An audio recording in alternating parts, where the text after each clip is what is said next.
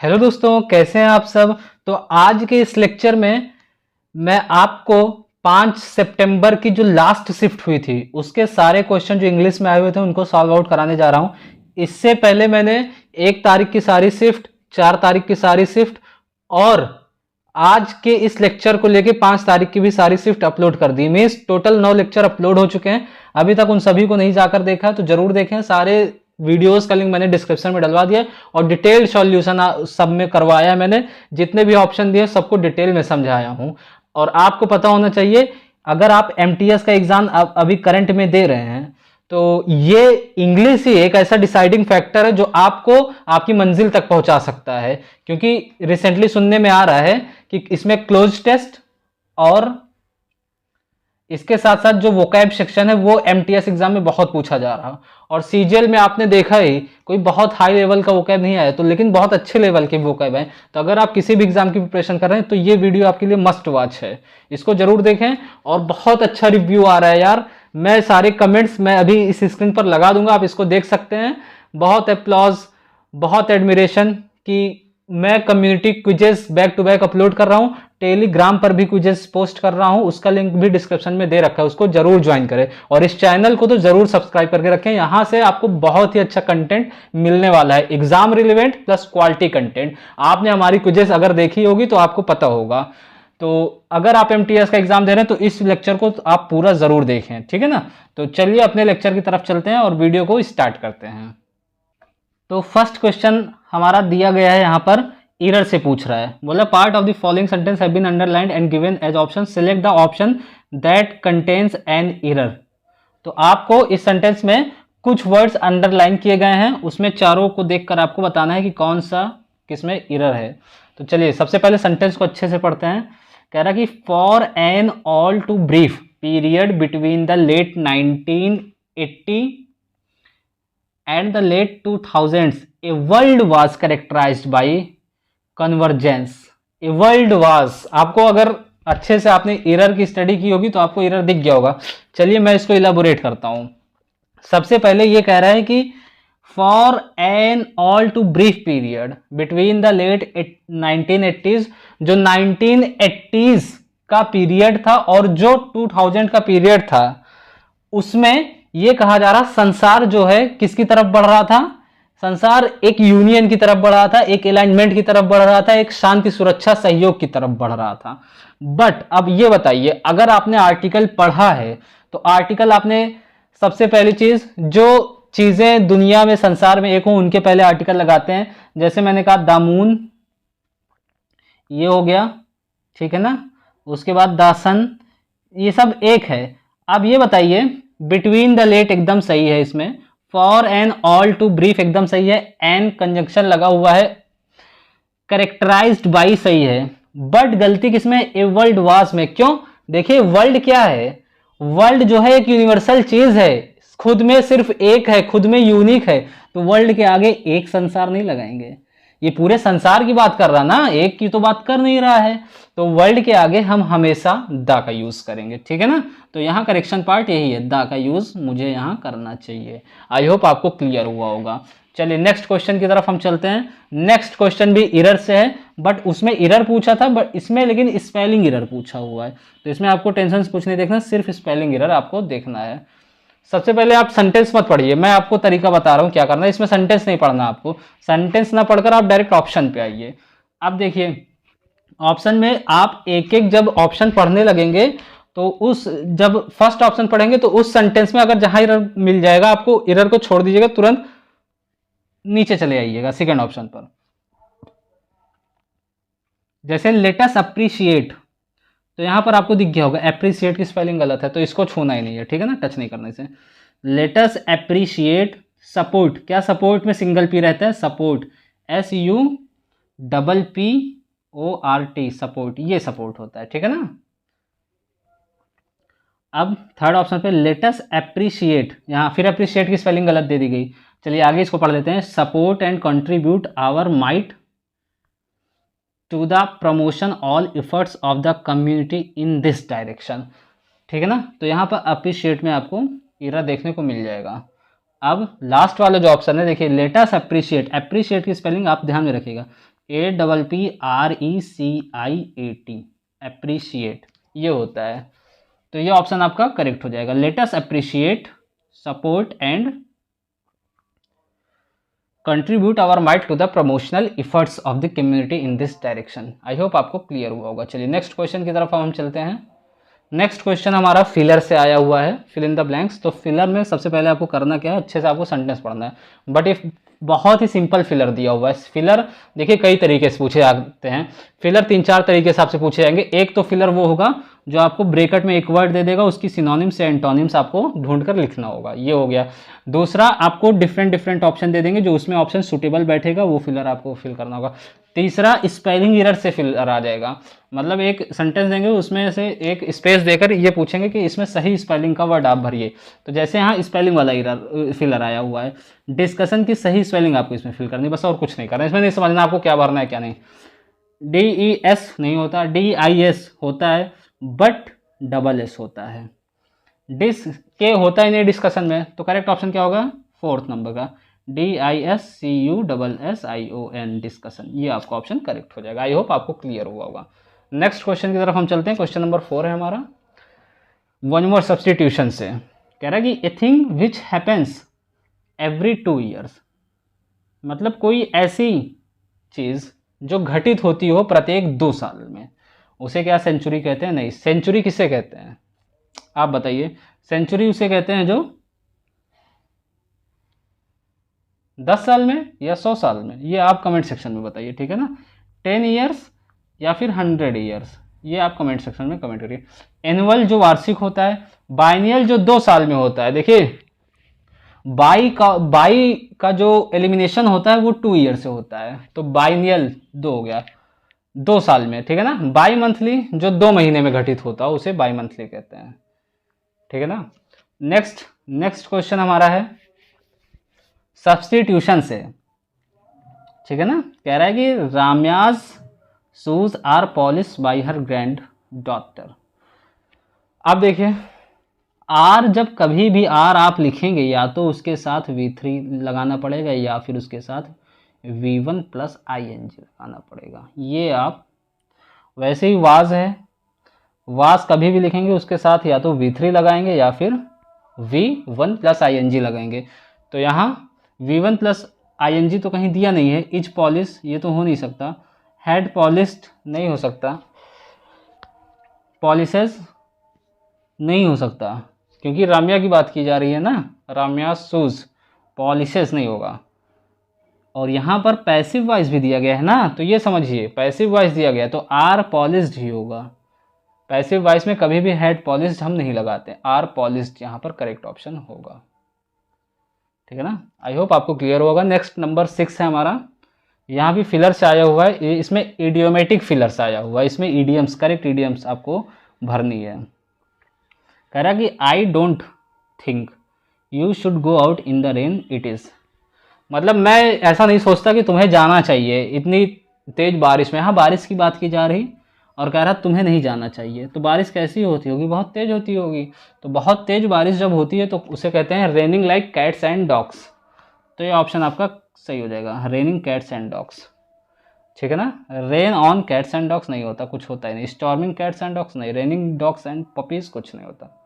आई hope आपको clear हुआ होगा। नेक्स्ट क्वेश्चन नंबर 7 है, कह रहा है कि चूज करेक्ट इडियम दिया हुआ है आपको, करेक्ट इसका ऑप्शन चूज करना है। कह रहा है to keep one's temper, to keep one's temper, इसका मतलब तो ये होता है कि किसी को शांत करना या किसी को शांति व्यवस्था बनाए रखने के लिए उसके टेम्पर को शांत रखना। तो to keep one's temper, temper means क्या होता है, बहुत ही गुस्सा वाला ना।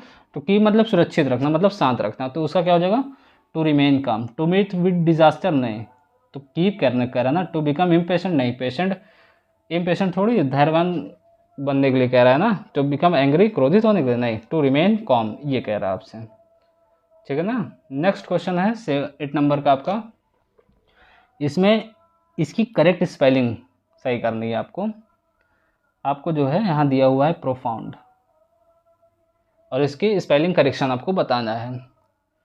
तो सबसे पहले आपको प्रोफाउंड की स्पेलिंग में प्रो लिखना है, फिर उसके बाद फाउंड लिख देना है, FOUND, फाउंड। इस तरह आप याद रख सकते हैं। तो इसकी करेक्ट स्पेलिंग क्या हो जाएगी? PROFOUND, profound. आई होप आपको क्लियर होगा। नेक्स्ट क्वेश्चन नंबर 9 है, इडियम दिया हुआ है, उसकी आपको मीनिंग बतानी। देखिए कितने इडियम्स आ रहे हैं इसमें, ठीक है ना, तो आपको इस पर ध्यान देना है। कह रहा है कि to get cold feet, to get cold feet. अब ये बताइए, किसी का पैर एकदम ठंडा पड़ गया हो और वो काँप रहा हो, तो उसे क्या होगा? उसे चीज़ों से डर लगने लगेगा। इट मीन्स वो डर रहा है, तभी वो उसका पैर ठंडा पड़ गया है और वो काँप रहा है, तो इसका क्या मतलब है? टू बी अफ्रेड, डरा हुआ होना, ठीक है ना। आई होप आपको क्लियर होगा। नेक्स्ट क्वेश्चन नंबर 10 है हमारा, एंटोनिम से आया हुआ है, एक सेंटेंस दिया हुआ है और उसमें अंडरलाइन किया गया है, ठीक है ना ये चीज़, और इसकी एंटोनिम्स आपको बतानी है। कह रहा है his amazing performance made him famous, उसकी जो परफॉर्मेंस थी जो बहुत ही अमेजिंग थी, उसने उसको प्रसिद्ध कर दिया। मतलब अमेजिंग मतलब बहुत अच्छी थी, तो अमेजिंग का मतलब क्या, उल्टा क्या हो जाएगा? बहुत सामान्य सा, साधारण सा, तो उसी का अपोजिट पूछ रहा है, तो इसका अपोजिट क्या हो जाएगा? ऑर्डिनरी। ऑर्डिनरी इसका अपोजिट हो जाएगा। अब देखिए अदर ऑप्शन समझिए। कॉलियरी का क्या होता है? कॉलियरी मीन्स होता है कोयले की खदान, ठीक है ना, इसका मतलब होता है कोयले की खदान। और एडवर्सरी क्या होता है? एडवर्सरी होता है विरोधी, जिसे हम कहते हैं ओपोनेंट, ओपोनेंट। एंड फोए, ये याद रखिएगा। बाइनरी, बाइनरी मीन्स होता है द्वैध, दो, डुअल कहते हैं आप, डुअल एस्पेक्ट कभी कभी कहते हैं। पेयर्ड, ये आपका करेक्ट ऑप्शन हो जाएगा, ठीक है ना। नेक्स्ट क्वेश्चन 11 नंबर का है, कह रहा है कि the food was too salty eat this morning. इसको जो है सब्सटीट्यूट करना है, कह रहा है ना, that can substitute the underline segment in the given sentence. The food was too salty eat this morning. देखिए कुछ वर्ब्स होते हैं जो हमेशा अपने साथ क्या करते हैं? टू लेकर ही आते हैं वो। जैसे हाँ, the food was too salty eat this morning, तो इसका क्या अब सब्सटीट्यूशन हो जाएगा? The food was too salty to eat, ये हमेशा इन्फिनिटिव टू लेगा, टू ईट दिस मॉर्निंग। कह रहा the food was too salty, मतलब फूड में बहुत ही ज़्यादा नमक था, बहुत ही ज़्यादा साल्टी था जो सुबह में खाना था, ठीक है ना, ये चीज़ आपका करेक्ट हो जाएगा। नेक्स्ट 12 नंबर का क्वेश्चन है, कह रहा कि select the most appropriate synonyms of the given word. और यहाँ देख सकते हैं इसमें सब्सटीट्यूट ही करना है, नो सब्सटीट्यूशन का कोई ऑप्शन नहीं है, तो आप ईटिंग लगाएंगे? नहीं, ईटिंग तो हो ही नहीं सकता। सेकंड फॉर्म का यूज़ करेंगे? बिल्कुल नहीं करेंगे। क्यों सेकंड फॉर्म का यूज़ करेंगे? टू एट, क्या इन्फिनिटिव प्लस V2 आता है? नहीं आता, तो टू ईट ही ऑप्शन सही होगा। नेक्स्ट है 12 नंबर का क्वेश्चन है, इसमें सिनोनिम पूछ रहा है, तो सबसे पहले चलिए इसकी मीनिंग समझते हैं। इलिगेंट मीन्स होता क्या है? एलिजेंट, इसका मतलब होता है सुरुचिपूर्ण, मतलब बहुत ही जो रुचिकर हो। माइटी क्या होता है? माइटी होता है ताकतवर, पावरफुल या स्ट्रांग। ग्रेसफुल, ग्रेसफुल मीन्स होता है बहुत ही रिफाइंड या स्टाइलिश होना।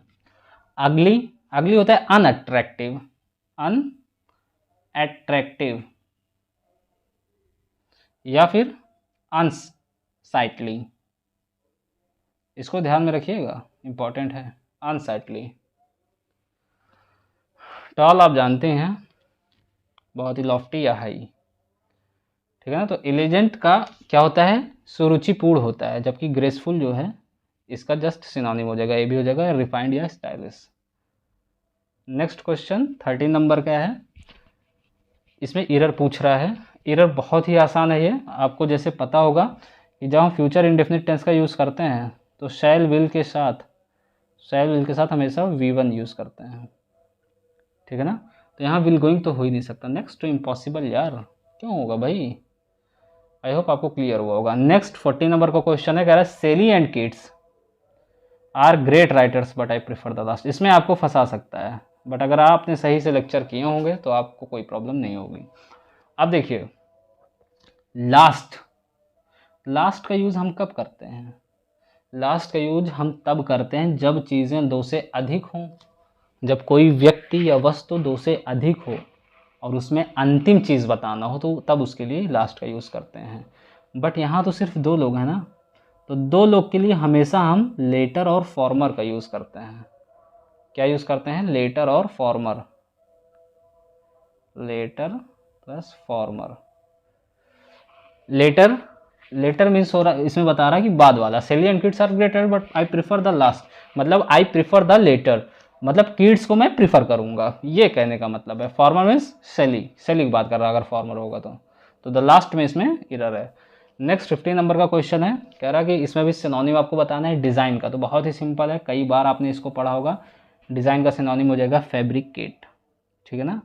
डिस्ट्रॉय मीन्स होता है नष्ट कर देना, इंस्पेक्ट मीन्स होता है किसी चीज़ की जांच करना, कॉपी मीन्स होते हैं रेप्लिका जिसे कहते हैं आप। नेक्स्ट 60 नंबर का क्वेश्चन है, कह रहा है कि a person who is known for his hatred towards the entire Mankind, मतलब एक ऐसा व्यक्ति जो जाना जाता है हेटर्ड बिहेव के लिए, जो कि उसका ह्यूमन काइंड के प्रति रहता है, तो उसे क्या कहते हैं? मिसेंथ्रोपिस्ट,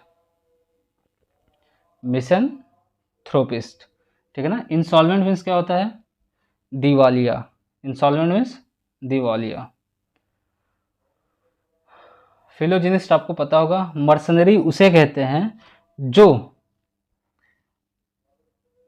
पे पर अपने सेवा देता हो, जैसे कोई सैनिक होता है उसको मैंने रख लिया तो वो मर्सनरी हो गया, उसको मैं पैसे दे रहा हूँ, ये हो गया मर्सनरी। फिलोजिनिस्ट आप कमेंट में जरूर बताइएगा इसका क्या मतलब होता है, एक सेंटेंस में लिखिएगा, और प्लस हिंदी मीनिंग भी अगर आप लिख पाएँ तो लिखिएगा जरूर, ठीक है ना। नेक्स्ट क्वेश्चन 70 नंबर का है, कह रहा है कि parts of the following sentence have been given as option, select the option. इसमें भी इरर बताना है, कह रही Jaya said that she will become, तो मैंने बताया जब इरर आपको देखना हो तो सबसे पहले टेंस आपको देखना पड़ेगा। तो टेंस में देखिए जो दो सेंटेंस को कनेक्ट कर रहा है वो दैट है, कंजंक्शन, ठीक है ना।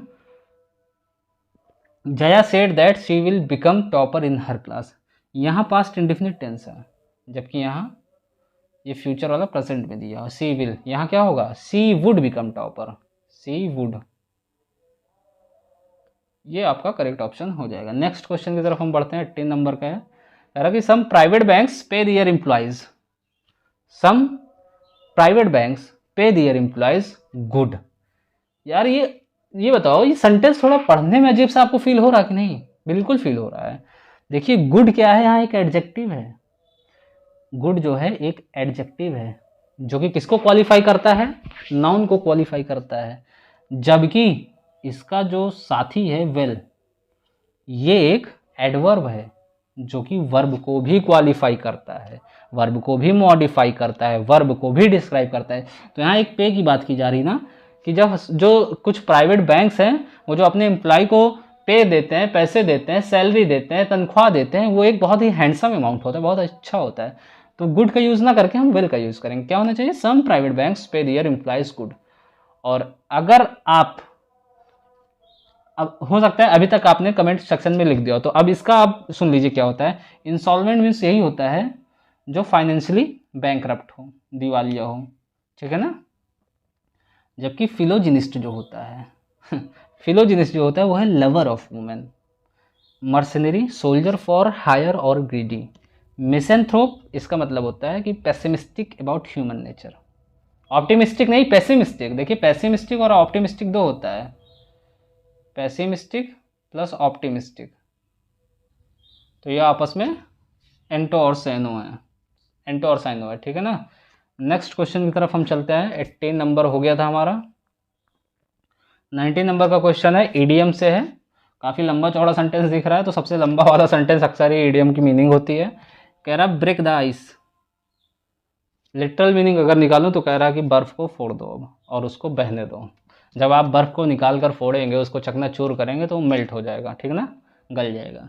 कह रहा to say something that makes people who are meeting for the first time more comfortable, मतलब कुछ ऐसी चीज़ कहना लोगों से जो आपसे पहली बार मिलते हों, उनसे कुछ ऐसा कहना कि वो बहुत ज़्यादा कंफर्टेबल फील करने लगें, ये उसका मतलब होता है ब्रेक द आइस का मतलब, ठीक है ना। अभी एक चीज़ और छूटा हुआ है, मैं अभी आपको उसका मतलब बताऊंगा, मीनिंग बताऊंगा और हर चीज़ बताऊंगा, ठीक है ना। कह रहा है कि 20 नंबर का क्वेश्चन में वन वर्ड सब्स्टिट्यूशन बताना है।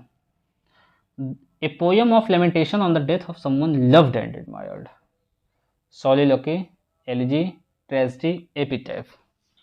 तो सॉलिलोकी क्या होता है? सॉलिलोकी तो वो चीज़ होता है ना कि जब कोई कैरेक्टर स्टेज पर खड़ा होकर अकेले ही खुद बोले जा रहा हो, बहुत तेज आवाज में।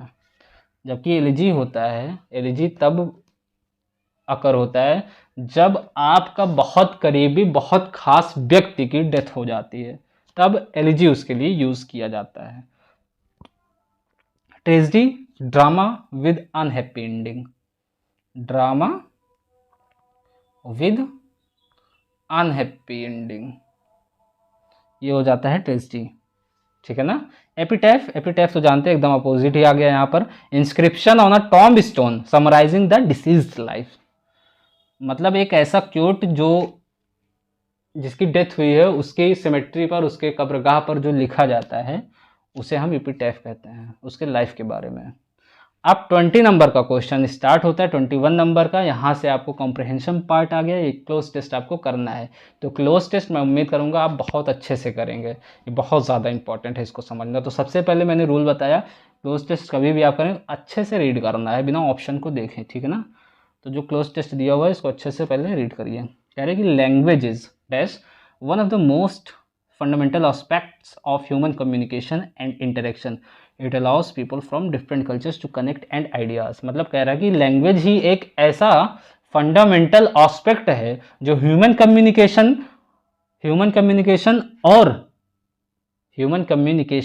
और लैंग्वेज और इंटरेक्शन, ये यहाँ से देखिए, human communication and interactions, it allows people from different cultures to connect, ये अलाउ करता है पीपल जो डिफरेंट कल्चर के पीपल हैं, जो डिफरेंट कल्चर के लोग हैं, उनको कनेक्ट करने के, उनके तरीकों को, उनके आइडियाज़ को, उनके इमोशंस को कनेक्ट करने का एक तरीका है। कौन सा? Language. While many individuals grow up learning just one language, जबकि बहुत से व्यक्ति ऐसे हैं जो सिर्फ एक लैंग्वेज को सीखते हुए बड़े होते हैं। There are a variety of reasons why learning a second language can be beneficial, जबकि बहुत से रीज़न ऐसे हैं जहाँ पर आपको सेकेंड लैंग्वेज सीखना ही ज़रूरी होता है और बहुत ही बेनिफिशियल आपके लिए होता है, लाभदायक होता है, ठीक है ना। कह रहा कि it can improve cognitive abilities, enhance job prospect and facilitate travel and culture immersion.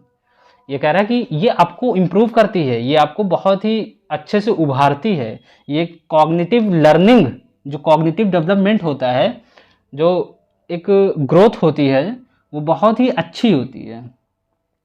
उससे क्या क्या फ़ायदा मिलता है? इन्हेंस जॉब प्रॉस्पेक्ट, आपकी जॉब को सिक्योरिटी देती है।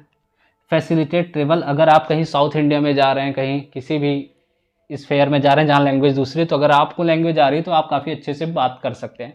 असमिया हो गई, बंगाली हो गई, डोंगरी हो गई, अगर ये सब लैंग्वेज आपको एडिशनल आ रही है तो आपके लिए बहुत ही अच्छा है, जो कल्चर इमर्शन को एक्सपोजर देता है।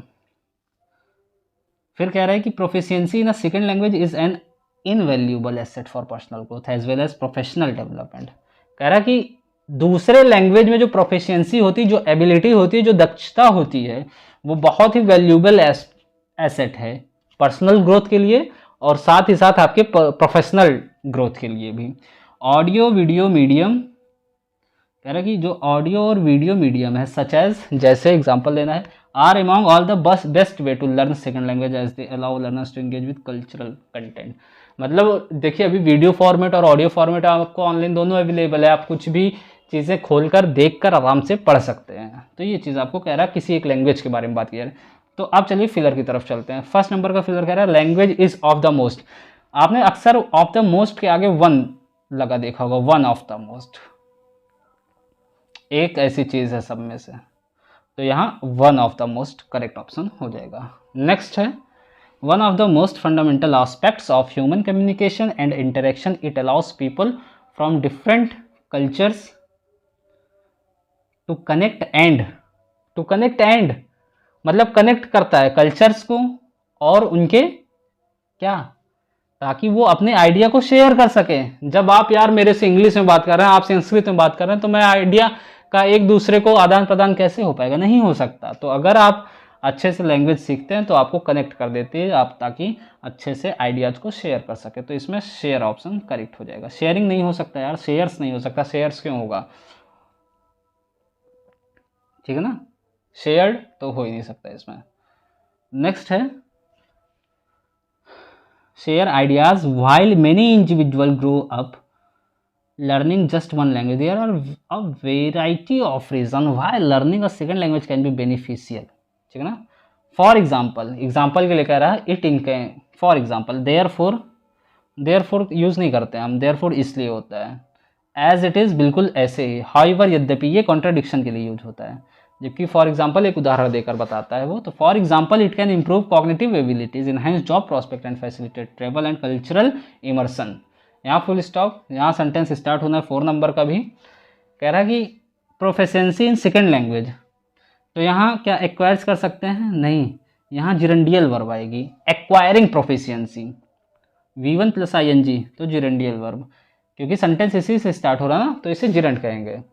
तो एक्वायर का जिरंड जब हम बनाएंगे तो एक्वायरिंग हो जाएगा. Acquiring proficiency in second language is an invaluable asset for professional personal growth as well as professional development. Audio video museum such as क्या? फिल्म्स. जैसे कि फिल्म्स हैं जिसमें ऑडियो भी है वीडियो भी है, are among the best way to learn a second language. आपको देखिए इंग्लिश कम्युनिकेशन आप करना चाहते हैं तो आप इंग्लिश मूवी देखते हैं, इंग्लिश ड्रामा देखते हैं, इंग्लिश वेब सीरीज देखते हैं, तो ये सब है आपको. तो वही कह रहा कि audio video medium such as films are among the best way to learn a second language as they allow learners to engage with cultural content. ये हो गया आपका आज का पेपर जो 5 सितंबर शिफ्ट 3 में पूछा गया था. टोटल मैंने 9 शिफ्ट के क्वेश्चन आपको सॉल्व आउट करा दिए. आई होप आपको क्लियर हुआ होगा.